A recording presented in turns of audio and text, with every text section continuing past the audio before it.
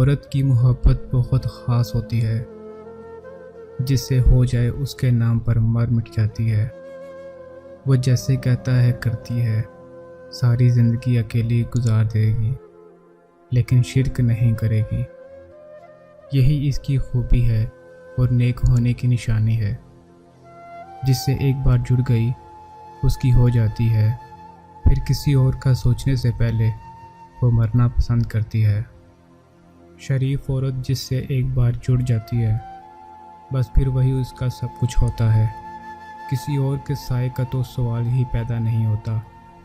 جان دے دے گی لیکن شرک کا خیال تک نہ لائے گی۔ کم بولنے والا لڑکا اور زیادہ بولنے والی لڑکی ایک مکمل جوڑا ہوتا ہے۔ ہم ننگے سر گھومنے والی لڑکی کو شرمندگی کا باعث سمجھتے ہیں، پر اس بیٹی کو دیکھنے والے لڑکے کو کچھ نہیں کہتے۔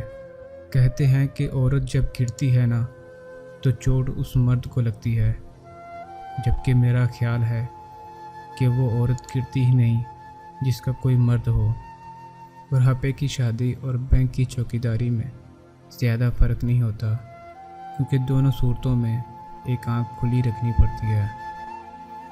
مرد عورت کو اپنی بے رخی بے توجہ سے جب کھو دیتا ہے تو کہتا پھرتا ہے کہ عورت میں وفا نہیں تھی۔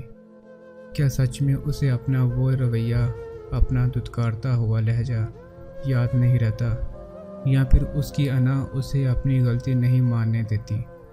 جوانی میں مرد کو ہر عورت اچھی لگتی ہے، اور عورت کو ہر مرد کی محبت سچی لگتی ہے۔ عورت کا بس دیکھ لینا مرد کو ادا لگتی ہے، اور مرد کی بس ذرا سی فکر کرنا عورت کو محبت کی انتہا لگتی ہے۔ یہ عمر ایسی ہی جذباتی ہوتی ہے، اور ہم اسی جذباتی پن کو محبت کا نام دے کر اعتراف محبت کر لیتے ہیں۔